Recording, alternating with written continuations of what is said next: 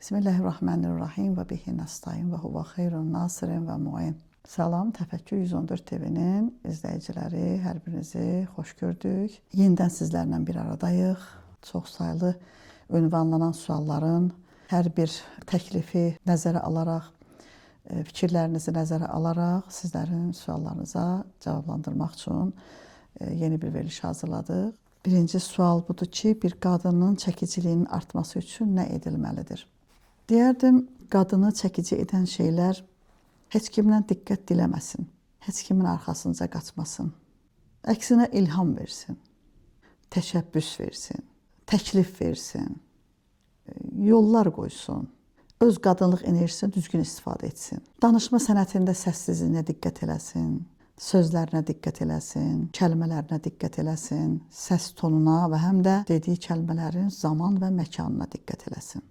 Təlaşsız və sakit danışsın, niyyətlə danışsın. Belə xanımlar güvənli olarlar. Belə xanımlar ona yaxtarmazlar. Önə çıxmaq üçün izin istəməzlər. Çünki dəyərlərini bilərlər. Bəzi qadınlar cəlb edici olmaq üçün bilirsiniz ki, son trendləri təqib edirlər. Əslində isə tam əksinədir deyərdim. Bu geyimləri daşıyanın enerjisidir əsas. Bu da yenə insanın ruhuna qayıdır, mənəviyyatına qayıdır. Qısqanclıq haqqında sual eləmisiniz. Sahib olduğunu itirmək qorxusu qısqanclıq hisslərini insanda oyadır. Və şübhə fırtınası meydana gətirərək qısqanclıq evliliyə çoxlu zərər və ziyanlar verir. Ancaq yüngül bir qısqanclıq evlilikdə bir növ tikinti qatıcığı kimidir. Tikinti qatıcığı yəni daşları hörürlər, arasına palçıq qoyurlar, sementdən, qum. Bir növ yəni binanı möhkəm saxlamaq üçün. Və sevgi və diqqətin bir ifadəsidir əslində. Həmin bu yerində olan qısqanclıq. Buna şirin qısqanclıq da deyirlər, yüngül qısqanclıq da deyirlər. Günahlandırıcı və aqressiv olmayan qısqanc bir həyat yoldaşı öz həyat yoldaşını ucaldır. Amma eyni zamanda onu incitməz. Belə qısqanclıq əslində nədir? Çox faydalıdır. Ümumiyyətlə bir insanın həyat yoldaşına inanması ona veriləcək ən böyük ərmağandır. Növbəti sual, qəlbin nurla dolmasının bir işarəti varmı? Bəli, onun qəlbi huzurlu olar, yəni rahat olar. Hər çətinlikdə olsa belə daxilində bir aramlıq olar. Yəni çətinliksiz deyil həyat. Həyat problemsiz deyil. Problem də olacaq, çətinlik də olacaq. Amma o çətinliyin, o problemin içində yenə bir aramlıq olar qəlbində. Çünki qəlbdəki aramlıq bir başqa bir şeydir, onu özünüz bilirsiniz yəqin ki. Bu huzur heç bir dünyəvi malın verə bilmədiyi, heç bir insanın verə bilmədiyi bir nemətdir. Allah onu hər birimizə nəsib eləsin. İkinci əlaməti budur ki, gözlərində artıq qısqanclıq yox, kin yox, ədavət, həsəd, fəsad, hərislik, heç biri yox. Belə qəlbin sahibinin gözləri məxluqatda Allahın sənətini görər. Və insanlarda ilahi sirləri fərq edir. Anlayar ki, insanlar başdan ayağa Allahın sirlərindən doludur. Qəlbdə nur varsa göz əslində həqiqəti görər. Həqiqəti görən göz isə insanı yargılamaz, incitməz, alçaltmaz. O sadəcə Allahın yerdəki təcəllilərini seyr edir, onlara məşğul olar. Qəlbi nurla dolmuş qadın əlamətlərindən biri də qəlbi sevgi ilə dolu olar. Bu sevgi dünya ilə bağlı bir sevgi deyildir. Bu sevgi ilahi qaynaqdan gələn bir qarşılıqsız sevgidir, sərhədsiz sevgidir. Heç nə gözləmir. Mən onu çox sevdim, o məni sevmədi. Nə də sərhəd qoymur. Bunları onlar sevərəm, bunları sevməyərəm.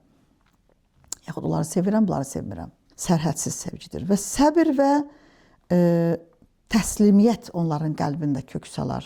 Həm səbirli olarlar, həm təslim olarlar. 5-ci əlamətində deyim ki, hikmət qapıları onların üzünə açılar. O qadın ki, bu əlamətləri daşıyar, hikmət qapıları onun üzünə açılar. Yəni, qısacası desək, danışdığımız bütün mövzulardan ki, yönləndirdiyi suallardan bir nəticə ələ gəlir ki, bütün həyatımız boyu qəlbimiz üzərində işləməliyik. O qəlbin ki, o Allahın hərəmidir, o Allahın evidir, o Allahın nəzərgahıdır, baxdığı yerdir.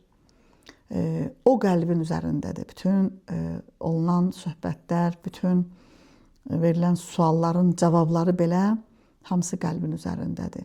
Deməli, Allah bizə bək-bək tapşırır, qəlbinizdən müğayət olun. O mənim evimdir deyəndə, yəni mərkəzə məndən başqa heç kəsi almayın. Əgər bir qadının qəlbinin mərkəzində Allah olarsa, o qəlbdə heç bir fırtına, heç bir titrəyiş, heç bir dağıntı, heç bir fəlakət o qəlbi öz halından çıxara bilməz. Aram qəlb, hikmətə çatmış qəlb, huzurla dolmuş qəlb, səbirli qəlb, təslim qəlb. Diqqət elədinizsə, bu mövzuların hər birində mövzu yenə də qəlbə açılır. Elə ona görə də məlun şeytan deyir ki, daha doğrusu bir hədis var, hədisi qudusda gəlib o hədis. Buyurulur ki, şeytan möminin qəlbini təvaf eləyər, amma mömin Allaha əgər qəlbən sığınarsa, Allahdan nicat istəyərsə, qəlbən sığınarsa, yenə də mövzuya fikir verin, qəlbən. Yəni qəlb orada iştirak eləsin. Əgər qəlbən sığınarsa, Allah deyir, o qəlbin qarşısından qəflət pərdələri çəkərəm. Onun gözləri, qəlbinin gözləri hər şeyi görər. Bizim qəlblərimizin gözü bağlanıb. Dünya və dünya bağlılıqları ilə, kin və həsədlə, paxıllıq və yaxud təkəbbürlə və müxtəlif rəzil sifətlərlə bağlanmış bir qəlbin gözünü açsaq, qəlbimiz bir bulaq kimi çağlayacaq. Qəlbimizin özündə olan bir bulağın bir növ gözünü oymaq lazımdır ki, oradan insana ilahi bilgilər axsın, insana oradan ilahi mərifət gəlsin, insan həqiqi elmə çatsın, insan əsl səbrin nə olduğunu anlasın, insan əsl təslimiyyətin nə olduğunu anlasın. Və Allah istəyir ki, bəndə daim qəlbin üzərində işləsin. Ona görə Əli əleyhissalamdan bir hədis var. Hamınız bunu bilirsiniz. Soruşdular, ya Əli, necə gəldin, çatdın bu mərifət məqamına? Dedi, oturdum qəlb evimin darvazasının qapısının ağzında.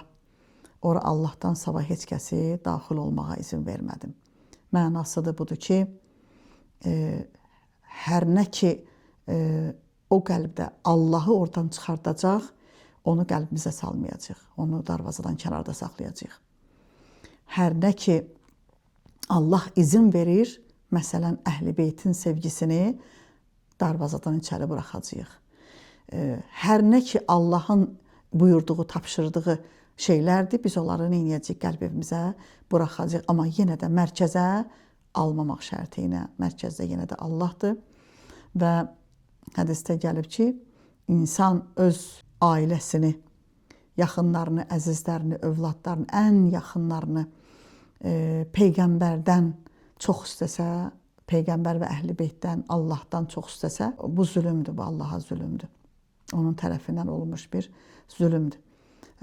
Bir insan əgər istəyirsə imanı kamil olsun, bütün bu ətrafındakı əzizləri Allahdan və Əhl-i Beytindən çox sevməməlidir. Hər birinə dəyər verməlidir, hər birinin haqqını əda etməlidir, heç kəsə zülm etməməlidir. Özü də heç kəsdən elə həqqaniyyət gözləməməlidir. Zülmün qarşısında bir hikmət axtarmalıdır. Çünki bir səbəbi var, Allahdan heç vaxt ona zərər gəlməz. Ki bu işə ki Allah izin verib mütləq ki bunun hikməti var deyə düşünər.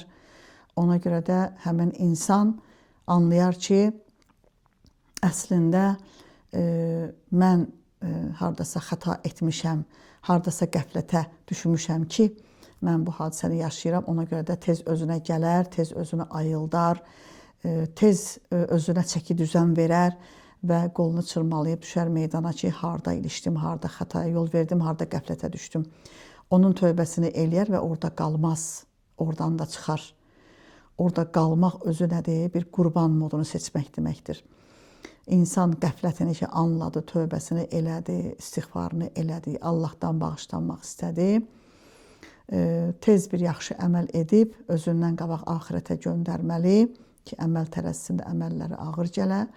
Və bir də ki, bütün işlərində elədiyi, gördüyü bütün hər bir işdə təmənnasız, bütün bunların hər birini təmənnasız olaraq etməkdə davam etməlidir. Bəli, Allah Teala deyir, mənim kimi olun, eynən mənim kimi. Mən eyib örtənəm, siz də mənim kimi eyib örtün. Mən bağışlayanam, siz də mənim kimi bağışlayan olun. Mən mərhəmətliyəm, siz də mənim kimi mərhəmətli olun. Mən mehribanam, siz də mənim kimi mehriban olun. Mən sevgi doluyam, siz də mənim kimi sevgi dolu olun. Və əslində biz elə bilirdik ki, insan hədislərdə belə gəlib də bilirsiniz ki, insan dünyaya gəlib, Allah insanı yaradıb ki, ibadət eləsin. Amma ibadəti nə üçün eləsin? Məni tanısın deyə ibadət eləsin. Bəs məni tanıyanda nə olacaq? Mən deyərdim, onu tanıyanda ona aşiq olacaq insan və Allah da deyir ki, mənə aşiq olan mümkündür ki, mənim bəndələrimə aşiq olmasın. Məni sevən bəndəm mümkün deyil ki, mənim bəndələrimi sevməsin.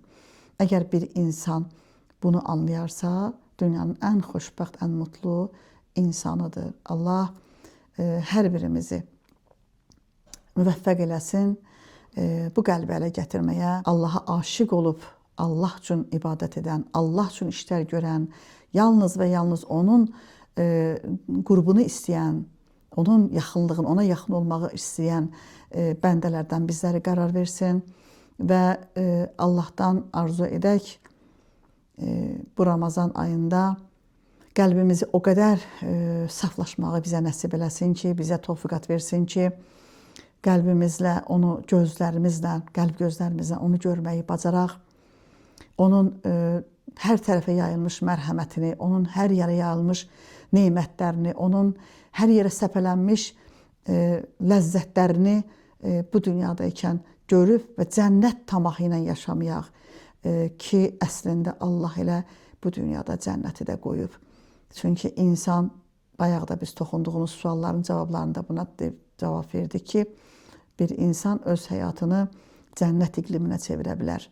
Əgər qəlbi bu halı ələ gətirə bilsə, Allah bizləri o bəndələrdən, o kəslərdən, o qadınlardan, o xanımlardan, o bəndələrdən qərar versin. Vəssalamu aleykum və rəhmətullahi və bərəkatuhu.